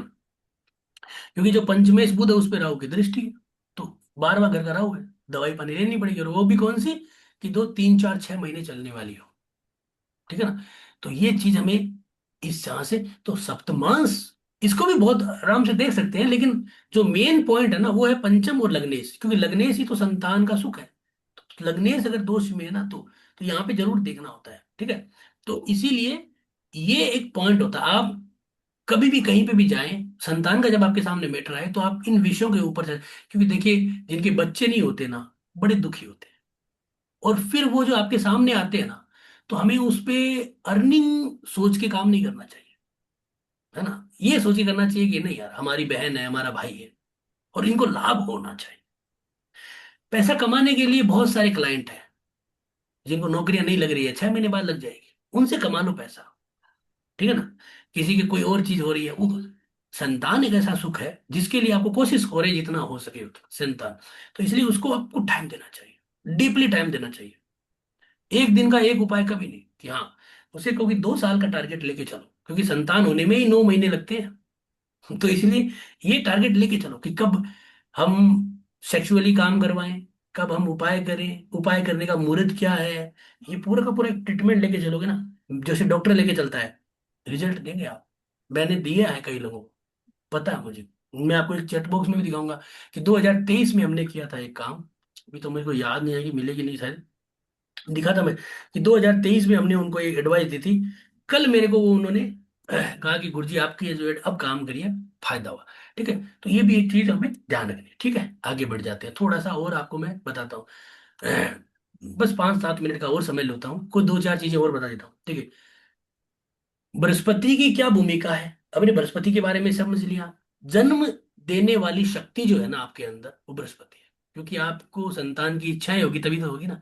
बहुत सारे लोग वो कहते हैं नहीं संतान चाहिए नहीं हमें, तो हम तो अपने ठीक है। तो जो संतान को देने वाली जो शक्ति है ना, वो सेक्सुअली बात नहीं, शारीरिक मानसिक सब कुछ स्थिति, सब कुछ ओवरऑल, वो बृहस्पति है। तो इसीलिए बृहस्पति को कारक कहा गया, ठीक है। ठीक है, बृहस्पति संतान सुख का कारक भी बृहस्पति है, ठीक है ना। ये जरूरी है, इंपॉर्टेंट देखना है, ठीक है। दूसरा कि पुत्र सहम, आपने सुना होगा, कोई जानता है क्या पुत्र सहम? पुत्र सहम एक पॉइंट है, जो लोग जानते हैं वो यस करिए, नहीं जानते वो नो करिए। इसका तो रिप्लाई कर ही सकते हैं, यस और नो। तो जो जानते हैं वो यस करिए, यस करेंगे तो मैं पूछूंगा नहीं कहाँ पे क्या है, नो करेंगे तो भी बता दिए। देखिए नो, बहुत सारे लोग नो कर रहे हैं, पुत्र सहम, ठीक है ना। ओके, बहुत सारे लोग नो कर रहे हैं। देखो आप नो कर रहे हो, इसका मतलब क्या, आज आपको एक नई चीज दे रहा हूं, है ना। आप उसको देखिए क्या है। पुत्र सहम क्या होता है कि संतान देने का एक पॉइंट होता है हमारे शरीर में ना। हर चीज का एक पॉइंट होता है, हमारी एक वीक पॉइंट होता है, एक हमारा प्लस पॉइंट भी होता है, ठीक है ना। तो पुत्र संयम एक पॉइंट है जिसके ऊपर जब बृहस्पति की दृष्टि आती है, क्योंकि बृहस्पति क्या है, जन्म देने वाली शक्ति और संतान सुख का कारक। पुत्र संयम पे जब दृष्टि आती है तो संतान का सुख प्राप्त होता है। कहाँ पे होती है, जब आप इस सॉफ्टवेयर में जाओगे, यहाँ पे राइट क्लिक करोगे तो यहाँ पे हर तरह की सहम है, मृत्यु सहम, हर तरह की सहम है, ठीक है ना। सहम पे जाओगे और वहां पे जाके आप जब यहाँ पे आओगे, तो यहाँ पे ये रहा, नहीं ये पितृ है, ये रहा पुत्र सहम, चिल्ड्रन के लिए। ये कहाँ बन रहा है, धनिष्ठा नक्षत्र में, और ये कहाँ है, 3 डिग्री एक्यूरियस, यानी कि कुंभ राशि के अंदर 3 डिग्री पे बन रहा है, ठीक है ना। तो यहाँ पे अगर हम देखेंगे तो कुंभ राशि में ये जो है ना, कुंभ राशि खाली पड़ी है ना 5वें घर में। तो हर घर, हर मैं जरूरी नहीं है 5वें घर में आएगी, हर कहीं आ सकती है, कहीं पे भी आ सकती है ये। तो यानी कि अब कोई ग्रह, अगर अगर कोई ग्रह, खास करके बृहस्पति, अगर वो आपके धनिष्ठा नक्षत्र को हिट करता है, हिट मतलब दृष्टि से बात कर रहा हूं, है ना। हिट तो मैंने एक शब्द बोल दिया कि कैसे करेगा हिट, कैसे करेगा कि अगर वो अपनी पंचम दृष्टि से, मान लीजिए 5वीं दृष्टि से देखता है, जैसे आज बृहस्पति चल रहा है, सॉरी, मान लीजिए जून के अंदर, जून 2026 में बृहस्पति आ जाएगा कर्क राशि में। और जिस दिन कर्क राशि में आके बृहस्पति 3 डिग्री से लेके 5 डिग्री, यानी 1 डिग्री से लेके और 6 डिग्री तक रहेगा, तो वो क्या करेगा कि अपनी 1 से लेके 6 डिग्री तक जब वो दृष्टि डालेगा इस 5वें घर के ऊपर, और वो भी 3 डिग्री वाली इस पुत्र सहम के ऊपर, तो आपको जो है वो संतान के प्रति इच्छाएं या शारीरिक तौर पे इच्छाएं हो जाएगी। कई बार आप देखते हैं ना कि बच्चे आपके अभी छोटे भी, अब मान लीजिए आपके बच्चे नहीं है, शादी भी नहीं हुई, लेकिन फिर भी हम दूसरों को बच्चों को देखते हैं तो एक अजीब सा प्यार उमड़ आता है। हम भी चाहते हैं यार ऐसा बच्चा, हमारे भी ऐसा बच्चा हो। कई बार ऐसा लगता है ना, क्यों, शादी नहीं हुई लेकिन लगता है कई बार, क्यों, क्योंकि कोई शुभ ग्रह जैसे शुक्र है, बुध है, ये पुत्र संयम के ऊपर से गोचर कर जाता है। कई बार हमें लगता है यार बच्चे बड़े परेशान करते हैं यार, ये मेरे को तो जिंदगी में बच्चे नहीं करेंगे बड़े। क्यों भाई? जब शादी नहीं हुई तो भी करें। क्यों? क्योंकि उस समय उस पुत्र संयम के ऊपर जो है ना, तो वो कोई राहु केतु शनि मंगल ऐसे गोचर कर जाते हैं, तो हमें ऐसा फील आ जाता है। तो ये कई बार हम जो कुंडली में जो देखते हैं ना, ग्रह सिर्फ ग्रह नहीं है, वहां पे काम करने वाले बहुत सारे पॉइंट्स होते हैं। यहाँ पे कई सारे पॉइंट्स बहुत लगते हैं। ठीक है ना? तो पुत्र सहम एक ऐसी चीज है जिसके ऊपर अगर गोचर करता है ग्रह, तो आप उसका क्या लाभ ले सकते हैं कि हम पुत्र के लिए किया हुआ कोई उपाय, जैसे कि मान लीजिए किसी ने कहा कि आपको गोपाल संतान नाम का स्तोत्र करना है। अब कब करूं? आप उस समय करिए जब आपके पुत्र सहम के ऊपर गुरु गोचर कर रहा हो, गुरु आपको दे रहा है लाभ और आप वो भगवान से मांग रहे हैं, तो आपको 90% चांस बनते हैं कि आपका काम पक्का हो। उपाय वही है कि भगवान के मंदिर जाके नारियल बांध दो, संतान हो जाएगा। लेकिन अब भगवान के मंदिर सब लोग जा रहे हैं नारियल बांधने, सबको होता है? नहीं होता, कईयों को होता है। क्यों होता है? क्योंकि वो अब उनमें से 50 लोग ऐसे उस टाइम पे चले जाते हैं जब माता बुला लेती है, उस उनका पुत्र सैम पे ग्रह चल रहा होता है, वो चला जाता है। तभी लोग कहते हैं कि यार बुलावा आएगा तभी जाएंगे, तो बुलावा उसी समय आता है माता का, ऐसे नहीं आता। तो यही चीजें होती है। तो पुत्र सैम पे जब शुभ ग्रह बृहस्पति का जब गोचर होता है, तो हमें उसका लाभ मिलता है। ठीक है? ये एक चीज आपको मैंने बताई है, जिसको आप जरूर रियलाइज करें। इसके बाद होता है बीज स्फुट। आपको जब पता ही होगा, पुरुष की जो सेक्सुअली पावर होती है ना, उसको देखने के लिए बीज स्फुट होता है, एक होता है क्षेत्र स्फुट। ठीक है? ये दो चीजें होती है ना? ये भी अपने सॉफ्टवेयर में आती है। ठीक है ना? यहाँ पे आ जाती है, ये नीचे आएगी। ये देखिए, बीज क्षेत्र स्फुट और बीज स्फुट। ठीक है ना? तो जो बीज स्फुट है 28 डिग्री CN, यानी कि ये आपका आश्लेषा नक्षत्र यानी कर्क राशि है। ठीक है? अ, तो ये जो कैंसर राशि में है 28 डिग्री, अब ये जो 28 डिग्री का है ना, इसके ऊपर अगर ग्रह गोचर करता है, तो हमारा जो शुक्राणु लेवल है ना, वो अच्छा हो जाता है।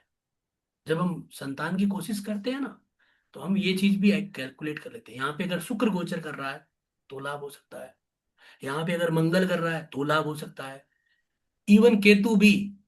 क्योंकि केतु भी संतान में पुत्र संतान का कारक होता है, और वो भी वीर्य को तीव्र कर देता है। आपको पता हो या नहीं हो, लिंग का जो बीच का हिस्सा है जहां से लिंग हाइड्रोलिक स्पीड में बड़ा होता है छोटा होता है, वो केतु का ही रूप है।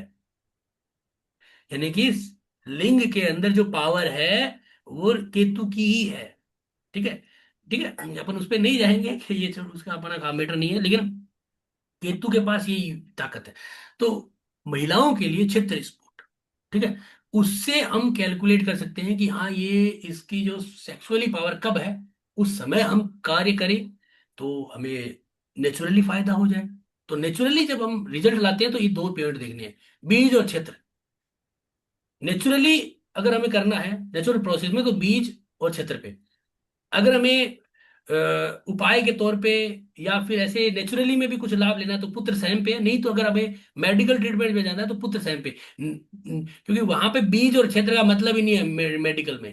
ठीक है ना? तो ये चीज हमेशा ध्यान रखना। ठीक है? ये चीज है। इसके बाद होती है शुक्र की भूमिका, प्रजनन शक्ति और दाम्पत्य सामंजस्य। इसको तो छोड़ दो, प्रजनन शक्ति पे आते हैं। क्या कोई बता सकता है कि शुक्र जो है वो पुरुषों के लिए होता है या महिलाओं के लिए होता है? मतलब महिलाओं के लिए या पुरुषों के लिए, किसके लिए प्रजनन शक्ति अच्छी करता है?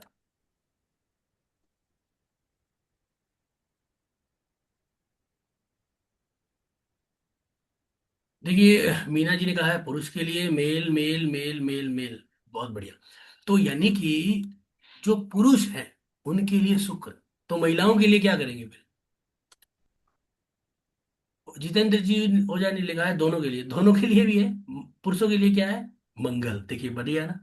तो हमेशा याद रखिए कि जो, क्योंकि पुरुष मंगल है मेष राशि, और स्त्री शुक्र की वृषभ राशि, दोनों मिलके फिर संतानें उत्पन्न करते हैं। तो शुक्र जो है वो पुरुष के लिए प्रजनन शक्ति को दिखाता है, और स्त्रियों के लिए मंगल। तो प्रजनन शक्ति का कारक जो है वो पुरुषों के लिए शुक्र है। तो पुरुषों की कुंडली में शुक्र की जो है वो स्थिति देखनी है हमेशा। और जो स्त्रियां हैं, जो स्त्रियां जैसे ये कुंडली किसी स्त्री की है, ठीक है, तो इसमें मंगल की भूमिका देखनी है। तो मंगल 12वें घर में है। मंगल जो है वो यहाँ पे 22 डिग्री हस्ता नक्षत्र में है, चंद्रमा के, चंद्रमा 7वें घर में है, बढ़िया है। तो लेकिन 12वें घर में थोड़ा डिले कर देता है बस, ठीक है ना। इस पे बुध के साथ है, बुध अति शत्रु है इसका, तो वैसे भी कमजोर हो जाता है, ठीक है। कोई अशुभ ग्रह की दृष्टि है कि राहु की दृष्टि है, तो यानी कि ये लड़की जो है इसके, हम ये कह सकते हैं कि इसका जो है वो अगर आप जांच करवाते हैं तो देखो कुछ ना कुछ कमियां जरूर आएगी, क्योंकि संतान नहीं हो रहा। लेकिन मंगल है, इसका मतलब क्या है, सेक्सुअली प्रजनन शक्ति में कमी आएगी, क्योंकि मंगल को राहु देख रहा है, ठीक है ना। ये चीजें डिले इसीलिए तो होता है, फिर डॉक्टर दवाई देता है, उससे फिर ताकत आती है, फिर कुछ भी खाते हैं नहीं खाते हैं जो भी है वो बाद की बातें हैं, ठीक है ना। ये चीजें इसके बाद होता है चंद्रमा, जो भावनात्मक हिस्सा। देखो चंद्रमा बहुत जरूरी है, ग्रह मैत्री मिला जाए भावनात्मक। जैसे क्या होता है ना कि चंद्रमा अगर मिलता है ना, तो शरीर में पानी का कभी कारक है, शरीर में खून का कारक है, खून में उबाल मंगल हो गया, खून का कारक भी है। तो चंद्रमा जब अच्छा होता है ना दोनों का ग्रह मैत्री में, तो क्या होता है, दोनों जो प्रोसेस है ना वो ज्यादा से ज्यादा करते हैं, बस यही काम। और चंद्रमा का क्या रोल है, एक होता है कि जस्ट बस वो संतान के लिए कोशिश कर रहे हैं, एक होता है वो बस अपने इंजॉयमेंट के लिए कर रहे हैं, तो वो एक हमें फायदा देता है। बाकी चंद्रमा कोई इतना इंपॉर्टेंट नहीं है इसके अंदर। हाँ, मेन तो है ही, मातृत्व शक्ति का कारक है, लेकिन वैसे इसका नहीं है। देखो हर ग्रह ही कारक होता है। अब शनि, शनि क्या करता है, चाइल्ड बर्थ में डिले, क्योंकि शनि का काम ही है मंद संद sorry, Shani sorry delay. Shani क्या करता है, चाइल्ड बर्थ को डिले कर देता है, उम्र में कमजोरी को दिखाता है, कभी कभी संतानों में कठिनाई पैदा करता है, ठीक है ना। शनि का ये रोल होता है, ठीक है। इसके बाद होता है राहु और केतु।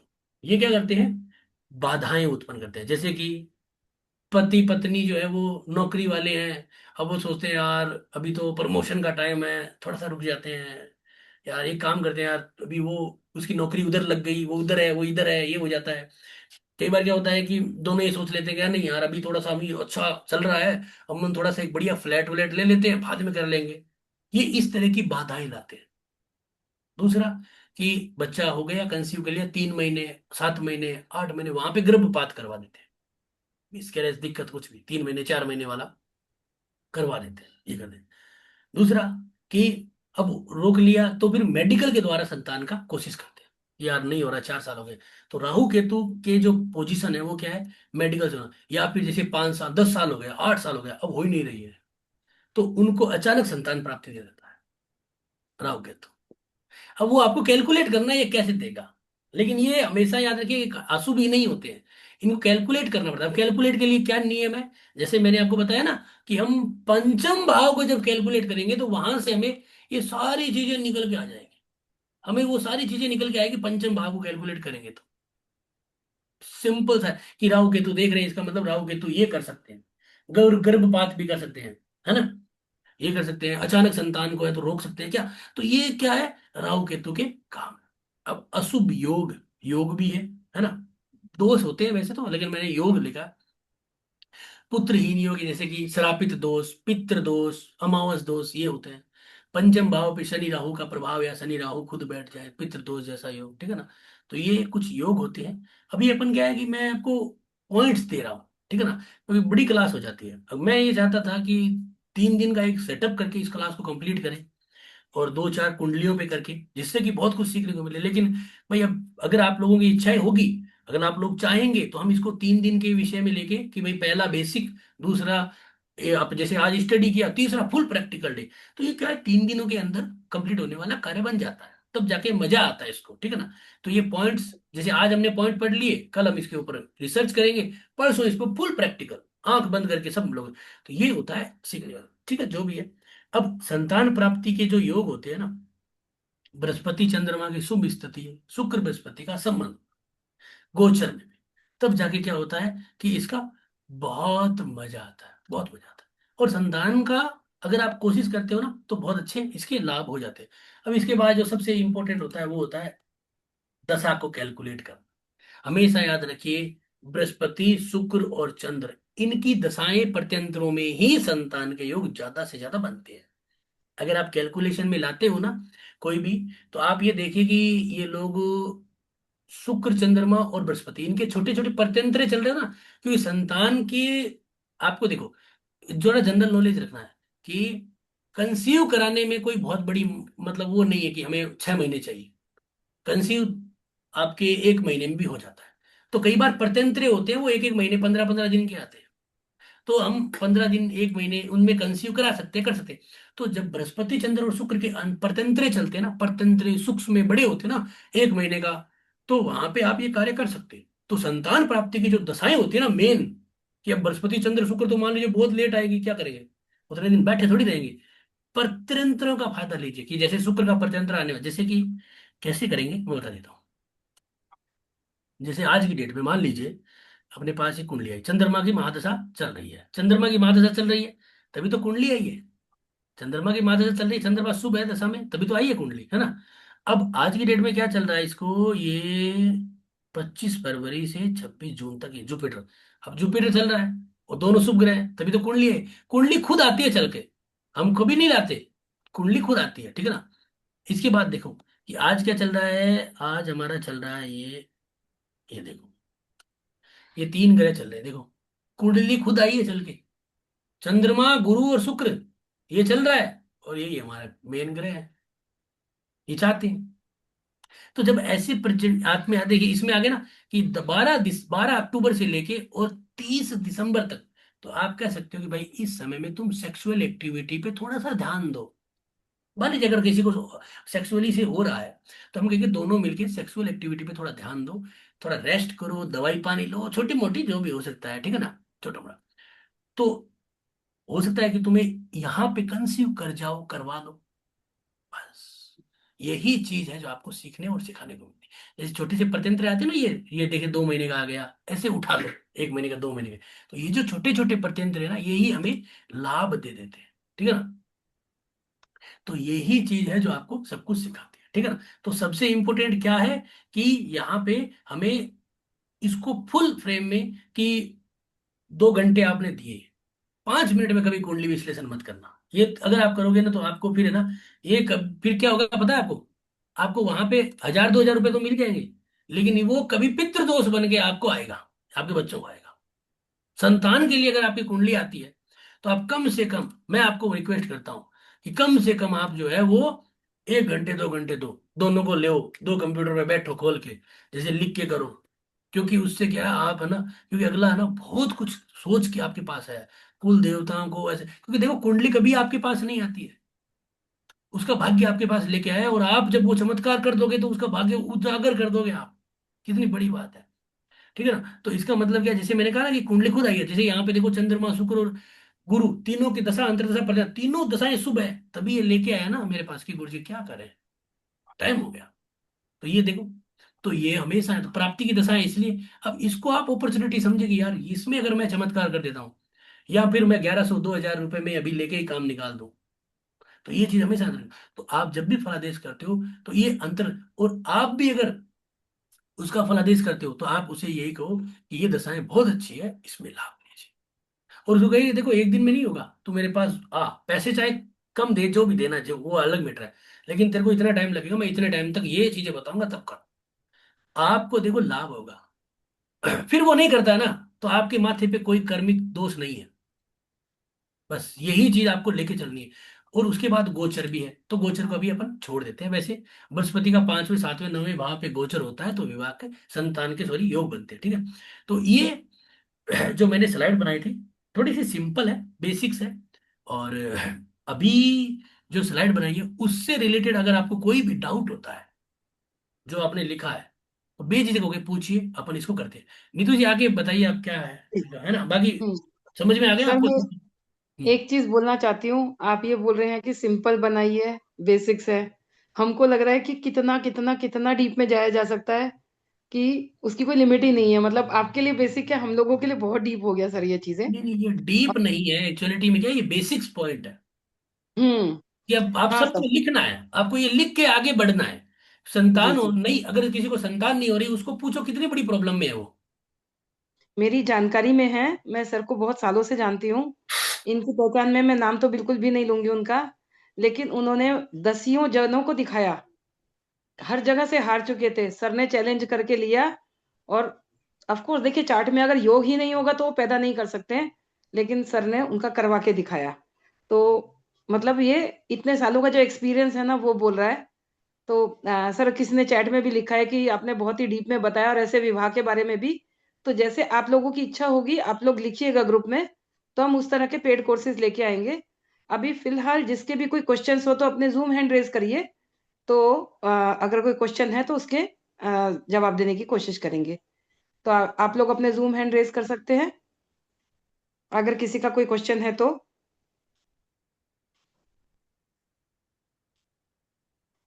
सर, किसी के क्वेश्चन को आपने मतलब क्वेश्चन मुझे पूछने की कोई जरूरत ही नहीं पड़ रही लोगों को। क्वेश्चन के भी बहुत आगे आगे तक आपने इतना समझा दिया है कि उसको भी क्वेश्चन नहीं, लगता इसका मतलब क्या है, इसका मतलब सब समझ में आ गया सबको? समझ में आ गया। नहीं सर, उससे भी आगे की चीज बता दी है। नहीं तो नहीं वो ऐसा। सब चीजें एब्जॉर्ब करने में भी टाइम लगता है, लेकिन क्लास सच में ही बहुत अच्छी है। और देखिए, लोगों ने लिखा है कि पीएचडी लेवल की क्लास थी। नहीं ऐसा कुछ नहीं है, बेसिक्स है अभी, और बेसिक्स ही है ये। हाँ, लेकिन बहुत ही अच्छा पढ़ाया। और जयेश जी, आप कुछ बोलना चाहेंगे? हाँ, एकदम मतलब बहुत डिटेल में D7, D9, बीच स्पोर्ट, और ये जो तकाका का एक भाग है, साम सया क्या बताया था, समासा सहम सहम। सहम। सहम। हाँ, वो तजाका का एक पार्ट है। तो बहुत ही मतलब टोटालिटी में एक ही टॉपिक में से बहुत मतलब चारों मतलब तरफ, आठों दिशाओं में 32 पदों को और 45 देवताओं को सबको कवर कर दिया ज्योतिष के। संतान का पॉइंट है ना, तो इसलिए क्या अपन को बारीकी से देखना पड़ेगा, बारीकी से जी। मतलब कि भाई हाथ तो सब जगह ही मारने पड़ेंगे, क्योंकि जो हमारे पास आया है वो व्यक्ति कहीं और से भी घूम के आया है। तो हमें एक क्वालिटी तो बनानी है ना। आप सब लोग वही क्वालिटी में रहोगे ना।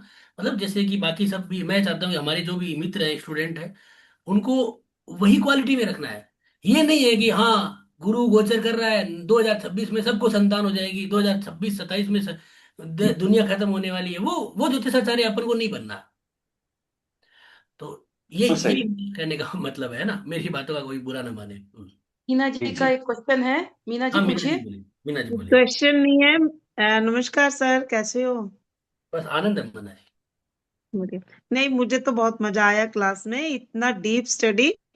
टफ तो है याद करना इतनी सारी चीजें भी, क्या क्या, लेकिन थोड़ा बेसिक आता था इसलिए समझ आ गया। बहुत ही नाइस क्लास, मैंने ही लिखा था पीएचडी लेवल की थी ये क्लास। आप ऐसा इसको लग रहा था कि अपर क्लास में पहुंच गए हम। आप इसको नहीं, नहीं, ये क्या अच्छी होता है क्लास। ना, ये क्या हुआ है थोड़ा सा, क्या है कि इसमें ये मानता हूं मैं कि नीतू जी ने कहा कि एक दिन में करिए, जबकि ये क्लास 3 दिन में होनी चाहिए, है ना। यस। क्योंकि हम्म। हाँ 3 दिन में क्या होता है ना, अपन इसको अभी कभी भी होता है ना, मैं इसलिए कहना चाहता हूँ कि ऐसे जो विषय होते हैं ना, जैसे इसमें 3 दिन का मतलब क्या होता है, पहले दिन क्या होता है अपन लोग बेसिक करते हैं, दूसरे दिन उस पे काम करते हैं, तीसरे दिन प्रैक्टिकल करते हैं। लेकिन क्या है, सबका प्रॉब्लम है कि 3 दिन तीन सेम स्टूडेंट नहीं आते, वो भी दिक्कत है। तो इसलिए इनका भी नहीं, हाँ अगर ये कोई पैड कोर्स होता तो जरूर ये 3 दिन भी लाते, है ना। तो इसीलिए क्या है कि कोई ऐसा दिक्कत नहीं है। नीतू जी आगे कभी भी आप भविष्य में करिए तो मैं आपसे आग्रह करूंगा, चाहे आप 5 रुपए भी लीजिए या 10 रुपए भी लीजिए, जूम का सब्सक्रिप्शन ही लीजिए, लेकिन 3 दिन का ले, क्योंकि 3 दिन में क्या था ना कि जब हम अच्छे प्रैक्टिकल, मैं चाहता हूँ कि अपन स्टूडेंटों के साथ मिलकर प्रैक्टिकल करें तो आनंद और ज्यादा है, ठीक है हाँ, ना। मतलब सर की मैं एक ये चीज खास बात बताऊंगी। हम्म। चाहे वास्तु का कोर्स हो, चाहे ज्योतिष का, अष्टक, सर लाइव क्लास में से लोगों का उठाते हैं और उनके चार्ट की वहीं प्रिडिक्शन करके देते हैं, और हर बार एक्यूरेट निकलती है। ऐसा ये कुछ नहीं। यही चीज होती है मैम, कई लोग ना डर जाते हैं लाइव प्रेडिक्शन करते नहीं हुए। नहीं, वो करते हैं। तो वहां से लगता है कि रटा रटाए करवा के जाएंगे, जो लाइव प्रेडिक्शन देते हैं ना, वहां से थोड़ा सा हाँ, अपने आप को भी हो जाता है कि नहीं, हम सही जा रहे हैं, इनसे और आपको भी सही जगह क्वालिटी सीख समझ में रहे आ हैं। ही रही है। विवेक जी, आप हम्म। पूछिए। हाँ नहीं, सर। मैंने इनका वहां भी देखा, इनके यूट्यूब में बहुत सारे वीडियोस देखे हुए हैं सर के। सर जी। हम्म। हाँ विवेक जी, पूछिए। हाँ जी, सर धन्यवाद, बहुत कुछ सीखने को मिला। पर छोटे छोटे दो तीन क्वेश्चन है, छोटे छोटे, क्या मैं पूछ सकता हूँ? जरूर पूछिए, बोलिए बोलिए, पूछोगे नहीं तो सर पता कैसे मैं चलेगा। ये जानना चाहता हूँ, प्रैक्टिकल में बहुत नजदीकी समझो मेरी बात कर रहा हूँ। और नवमास कुंडली है मेरी, उसमें पंचम स्थान में तुला राशि है। और हम्म। तुला राशि में शुक्र और मंगल दोनों बैठे हुए हैं। हम्म। ऊपर गुरु की दृष्टि है, लग्न में गुरु बैठे हुए हैं, मिथुन मिथुन लग्न में, नवमांश में। हम्म। तो मेरी दो लड़की है। हाँ, हम बोलिए। एक्सपेक्ट करते हैं कि एक पुत्र का भी एक्सपेक्टेशन रखते हैं कि नवमांश कुंडली में सप्तम स्थान में शनि भी है। और देखो, मेरी मेरी अ, मेरी बात जी सुनो, मैं आपको अभी यहाँ पे रोकता हूँ। जी नवमांश कुंडली में जो पंचम भाव की स्ट्रॉन्ग और माइनस पॉइंट होता है वो देखा जाता है।